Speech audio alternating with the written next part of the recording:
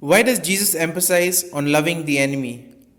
How did Jesus lead by example by practicing what he preached? Why are we called to be perfect like the Father? All these questions and more answered during today's episode of Daily Reflection.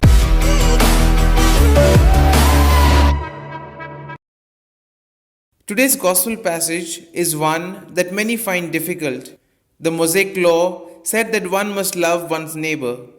It does not actually say we should hate our enemies, but in practice, such hatred was condoned. Jesus rejects that teaching outright for his followers. We are to love our enemies and pray for them. The gospel emphasizes on loving our enemies. In today's gospel, Jesus quotes the ancient law which says, "You will love your neighbor and hate your enemy." This text is not found like this in the Old Testament.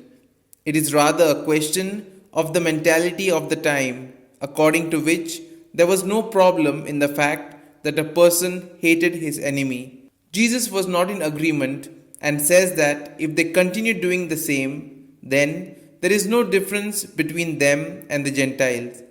He calls them to set no bounds to their love, just as the Heavenly Father sets none to his. And Jesus gives us the proof. At the hour of his death, he observed what he preached. Enemy here means those who do harm to us in some way. It does not include the people we turn into enemies because we don't like them. The true Christian does not have this kind of enemy. We then see Jesus leading by example.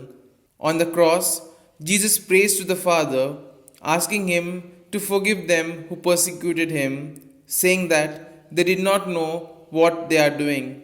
He was imprisoned, made fun of, and treated badly, but the poison of the lack of humanity did not succeed to attain the source of love and of humanity which sprang from within Jesus.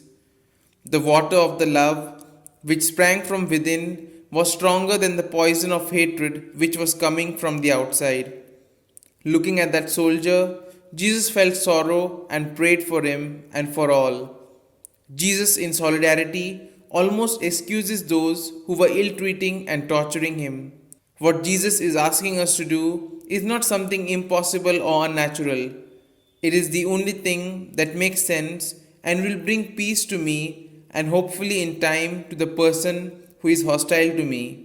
We can literally disarm a hating person by acting towards them in a positive and loving way and refusing to be controlled by their negative attitudes.